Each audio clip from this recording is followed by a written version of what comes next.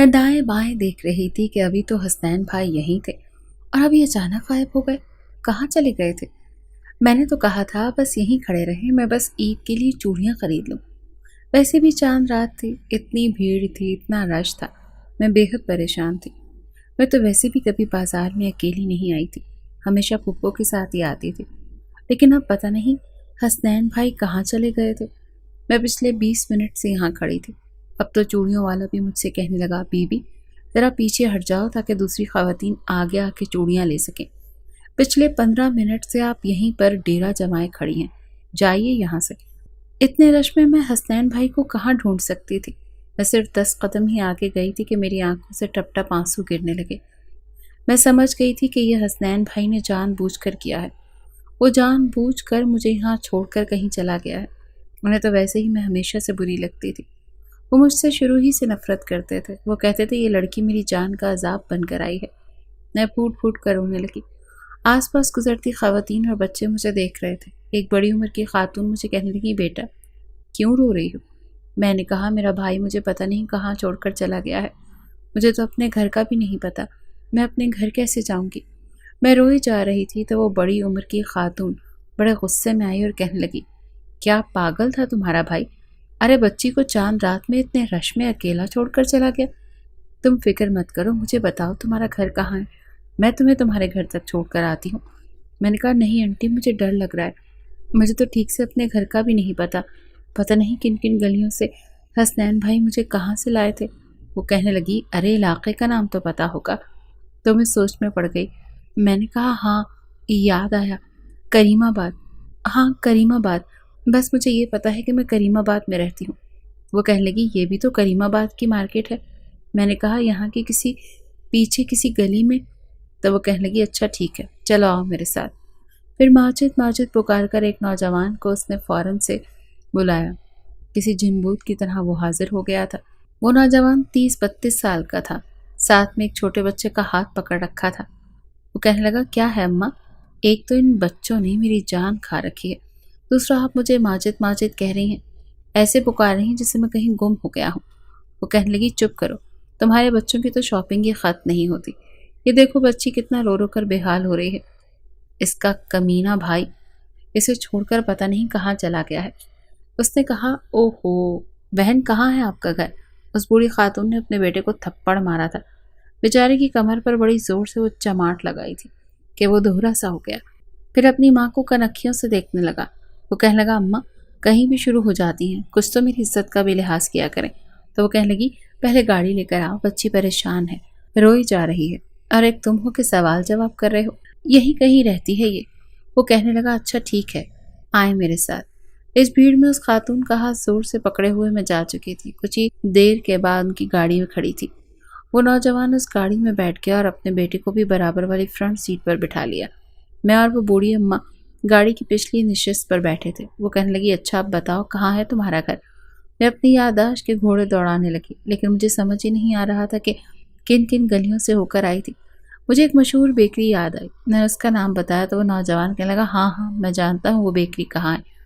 وہ مجھے اس بیکری کے پاس لے گیا تو وہاں سے مجھے اپنے گھر کا پتہ تھا۔ میں نے شکر ادا کیا اور سکون کا سانس لیا۔ پھر میں نے اپنی گلی بتائی تو میرے مطلوبہ گھر کے پاس انہوں نے اپنی گاڑی روکی تھی۔ میں نے کہا، آنٹی آپ کا بہت بہت شکریہ۔ وہ کہنے لگی، ماجد بیٹا تم ذرا گاڑی میں بیٹھو، پہلے تو میں ذرا اس کے بھائی کی خبر تو لوں، بہن کو اکیلا چھوڑ کر پتہ نہیں کہاں دفع ہو گیا تھا۔ وہ تو مجھ سے پہلے گاڑی سے نیچے اتری تھی۔ حسنین بھائی تو ویسے ہی غصے کے تیز تھے، مجھے پتا تھا کہ اگر اس خاتون نے انہیں ڈانٹا تو وہ یقیناً سارا غصہ بعد میں مجھ پر اتاریں گے۔ میں نے کہا، آنٹی آپ رہنے دیں، میں اپنی امی سے ان کی شکایت لگاؤں گی، وہ ڈانٹ لیں گی۔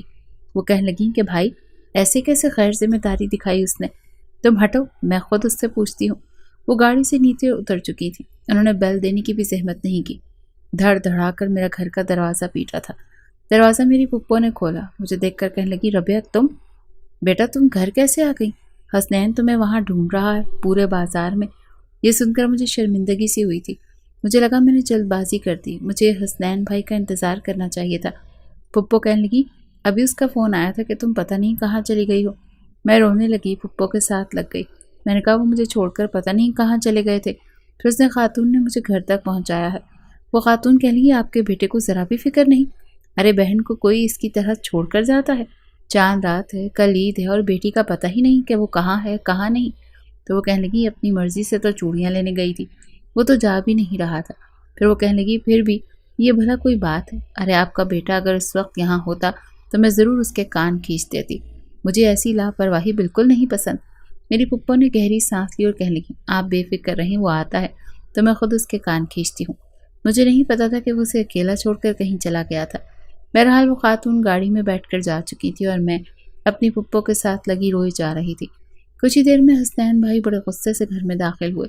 مجھے دیکھ کر تیز قدموں سے چلتے ہوئے وہ میرے پاس آئے تھے اور میں پھپھو کے ساتھ بالکل چپک گئی تھی۔ میں جانتی تھی کہ اب میری شامت آنے والی ہے۔ پھپھو کہنے لگی خبردار جو تم نے ربیہ کو کچھ کہا تو۔ وہ کہنے لگا اماں میں اس لڑکی کا قتل کر دوں گا، میں جان سے مار ڈالوں گا اسے۔ پھر مجھ سے کہنے لگے تم سے کہا تھا نا وہیں کھڑی رہنا۔ میں نے کہا کب سے تو کھڑی ہوئی تھی، آپ کہاں چلے گئے تھے؟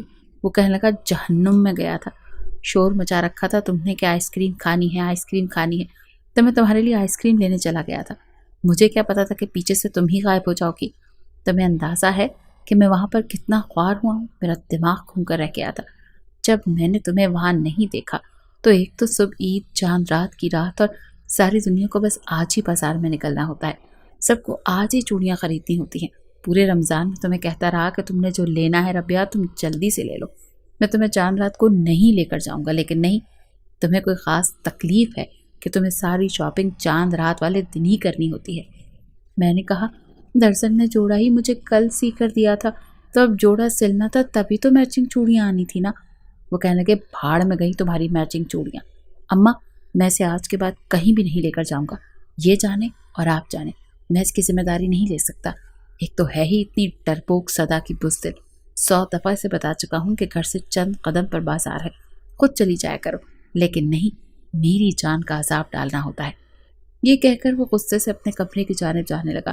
پھپھو کہنے لگی اچھا کھانا گرم کر دوں؟ تو وہ کہنے لگا بھاڑ میں گیا کھانا، اس کو کھلا دیں، بیچاری کا 2 کلو وزن گھٹ گیا ہوگا۔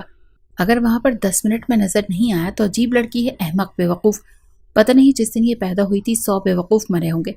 یہ کہہ کر بڑے غصے سے وہ تنفن کرتے ہوئے اپنے کمرے میں چلے گئے۔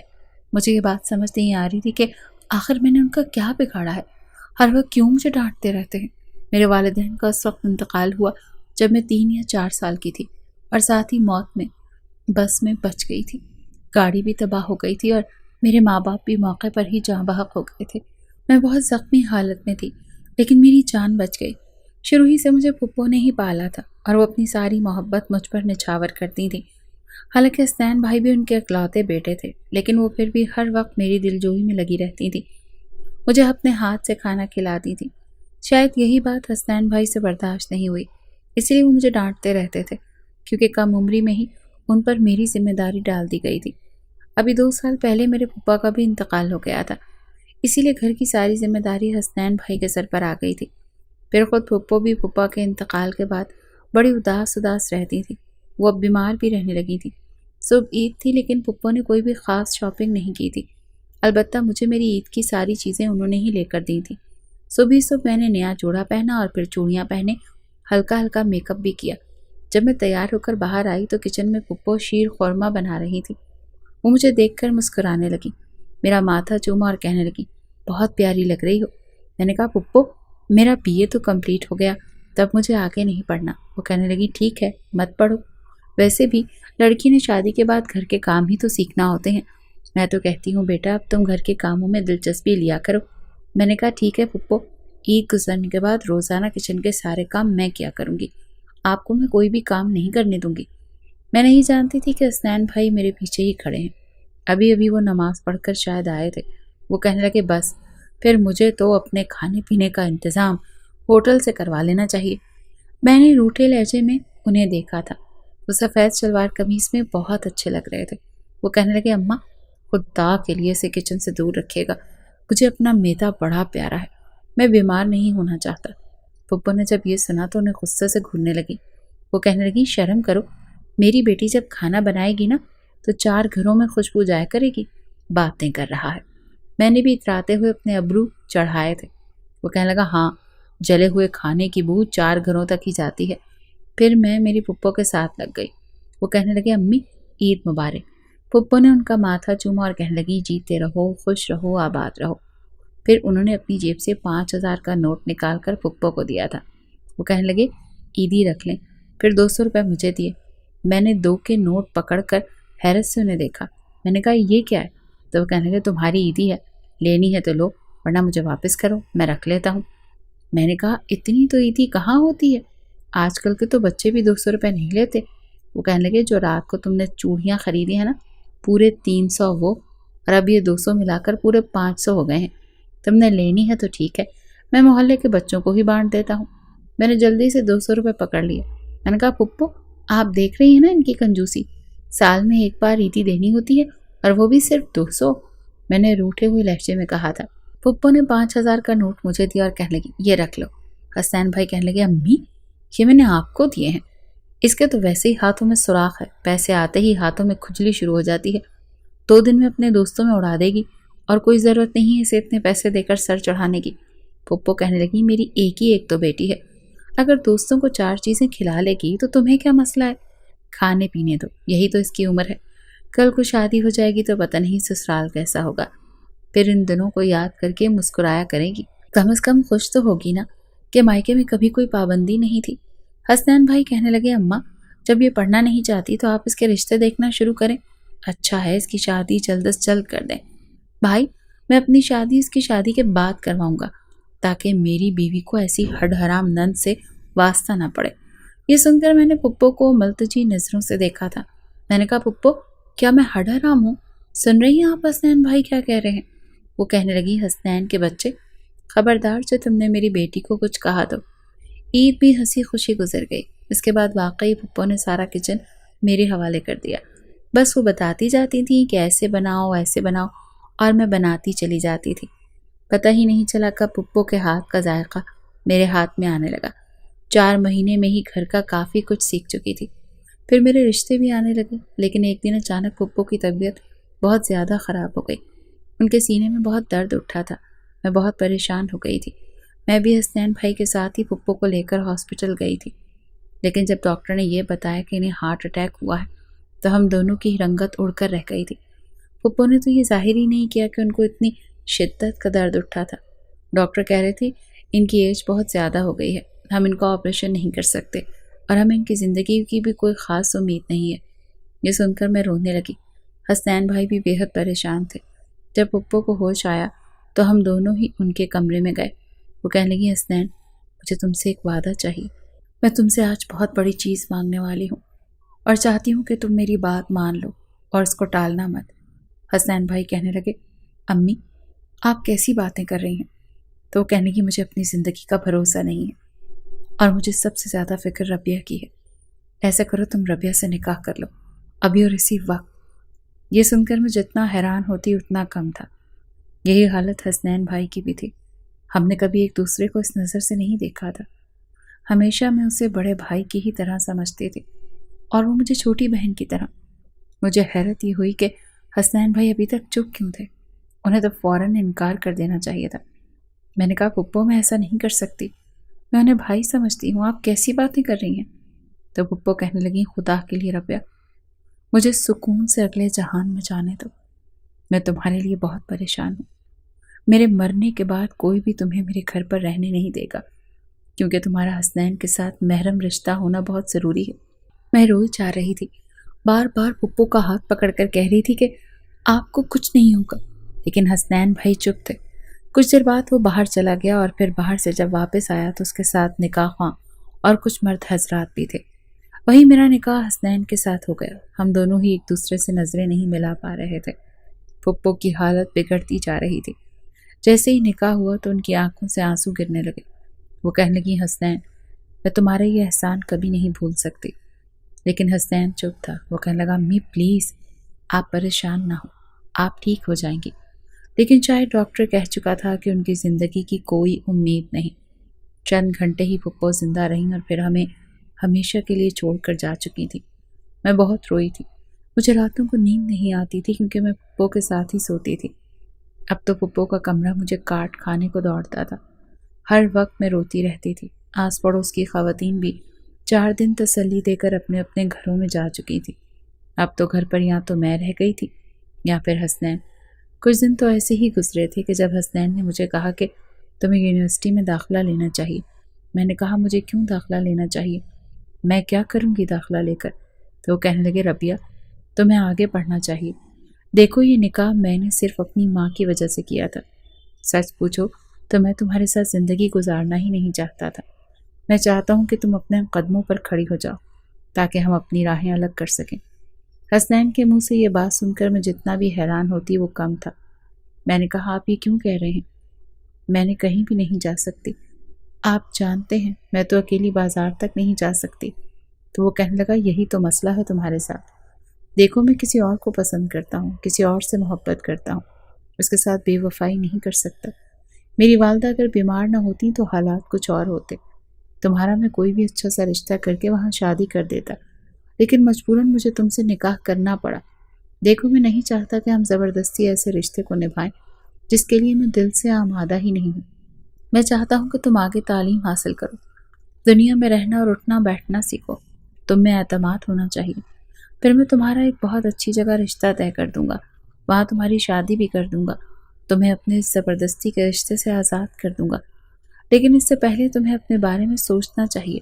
اس طرح بزدلوں کی طرح اگر تم رہو گی تو کوئی بھی شخص تمہیں نقصان پہنچا سکتا ہے۔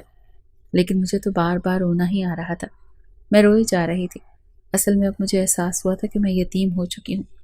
اگلے ہی روز مجھے خود یونیورسٹی لے کر آئے، میں ان کے ساتھ بائک پر بیٹھی ہوئی تھی اور وہ مجھے راستوں کی نشاندہی کرتے ہوئے کہہ رہے تھے کہ دیکھو ربیہ یہ راستے دیکھ رہی ہو نا، انہیں کبھی بھولنا مت، میں تمہیں آج پہلی اور آخری مرتبہ یونیورسٹی چھوڑنے اور لینے جاؤں گا، اس کے بعد کا سارا بندوبست تمہارا اپنا ہے، میرا کام تمہارے ہاتھ پر پیسے رکھنا ہے، بلکہ یونیورسٹی کے ساتھ ساتھ تمہیں میں یہ بھی مشورہ دوں گا کہ تم شام کو بچوں کو ٹیوشن پڑھانا شروع کر دو، پھر کوئی اکیڈمی جوائن کر لو ٹیوٹر کے طور پر، وہاں پر بچوں کو پڑھانا، تو اس طرح تم اپنا خرچہ خود بھی نکال سکتی ہو۔ یقین مانو مرحوم اماں کے علاج میں میرا کافی پیسہ خرچ ہو چکا ہے، بہرحال تم امید ہے کہ دوبارہ کوئی بیوقوفی نہیں کرو گی۔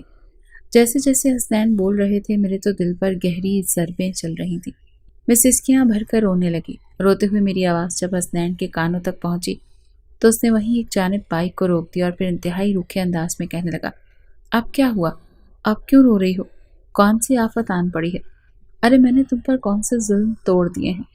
اگر راستے سے گزرتے ہوئے لوگ تمہیں روتا ہوا دیکھیں گے تو کیا کہیں گے؟ جانتی بھی ہو لوگ کیسا کیسا تماشا لگا دیتے ہیں۔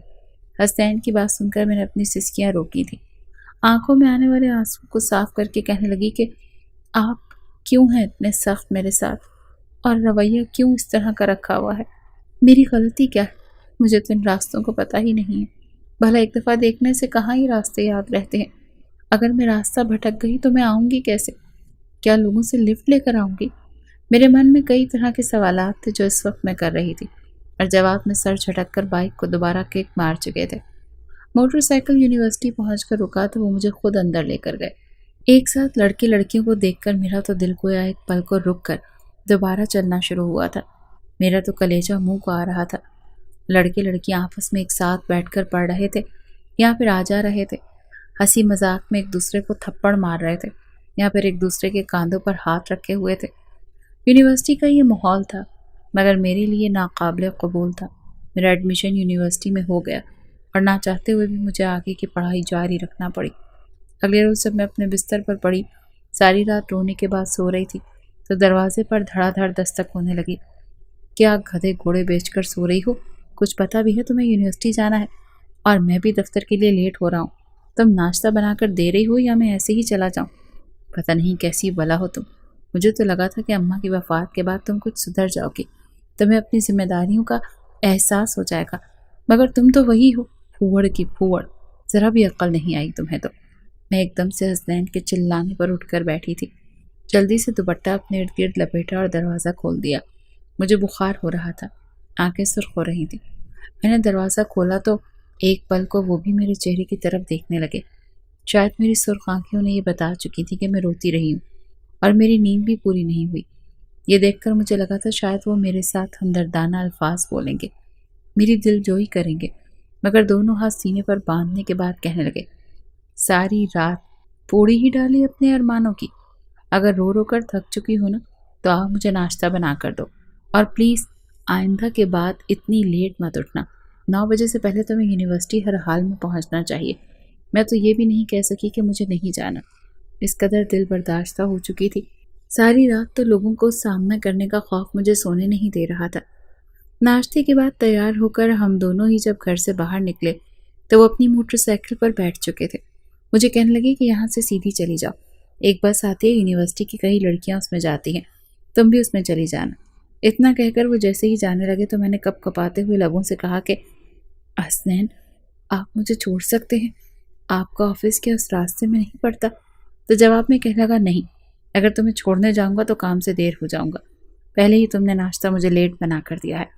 وہ تو وہاں سے جا چکے تھے اور میں خوف سے قدم اٹھاتی آگے بڑھنے لگی۔ مجھے ایسے لگ رہا تھا جیسے ہر کوئی مجھے ہی دیکھ رہا ہے، گھور گھور کر۔ ان کی نظریں میرے وجود پر ہی مرکوز ہو چکی تھی۔ یہ لوگ تو جیسے مجھے کچا ہی چبا جائیں گے۔ میں دھیرے دھیرے قدم اٹھاتی ہوئی آگے بڑھتی جا رہی تھی۔ جس پل مجھے ایک بس دکھائی دی، ایک دم سے جب لڑکے لڑکیاں بس کی طرف بڑھے تو ایک شور برپا ہو چکا تھا۔ ہر ایک کی یہی کوشش تھی کہ وہ اس بس میں سوار ہو جاتا، اور میں ان کی اس بھاگم دوڑ میں سہم کر پیچھے ہٹ کر کھڑی ہو گئی۔ جب تک میرا نمبر آیا بس ہو چکی تھی، میری آنکھوں میں آنسو تھے۔ تبھی ایک ٹیکسی والے انکل میرے پاس آئے اور کہنے لگے بیٹا کہاں جانا ہے آپ کو؟ جواب میں گہری سانس خارج کر کے کہنے لگی انکل مجھے یونیورسٹی جانا ہے۔ میں جس طرح رو کر بولی تھی تو وہ حیران ہو گئے، کہنے لگے وہ تو ٹھیک ہے بیٹا، میں آپ کو چھوڑ دوں گا، مگر آپ رو کیوں رہی ہیں؟ اس میں رونے والی کیا بات ہے؟ کیا کچھ مسئلہ ہو گیا ہے؟